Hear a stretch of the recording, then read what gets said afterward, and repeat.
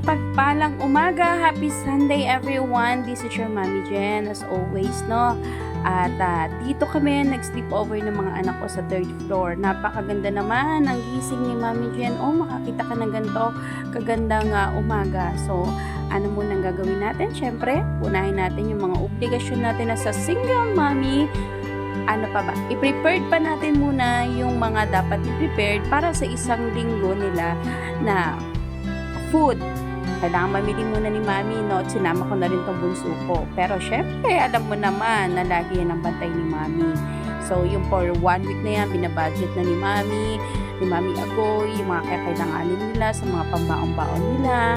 Syempre, bago tayo pumunta sa church, magluluto muna si Mami ng breakfast nila. Pero sa palagay ko kasama ng lunch. Dahil nga, puro mga ganyan yung mga niluto ni Mami. So, magluluto ko ngayon ng fish para sa mga bata.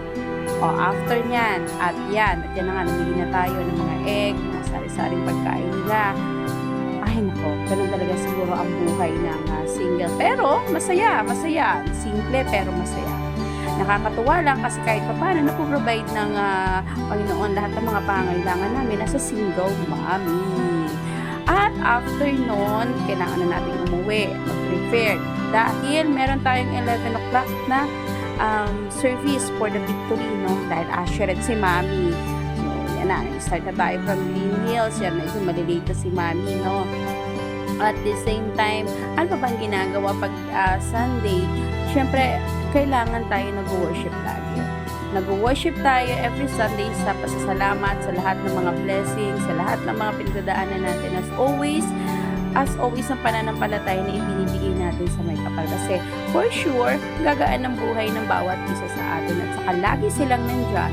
Kapag nag-worship kami mag-iina, lalo na yan si Princess, ayan, nag-wina one-on-one na rin siya, guys.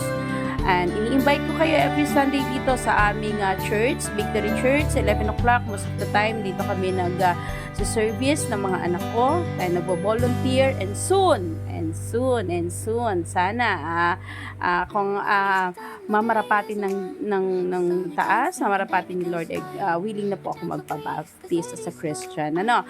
And anyway, this is the preparation natin, this coming, challenging na naman na first week na mga darating, at may mga darating pang mga blessings na mga kliyente. Guys, ito lang naman ang sekreto, ito lang ang laging susi natin, ang panampalataya at manalig sa may kapal.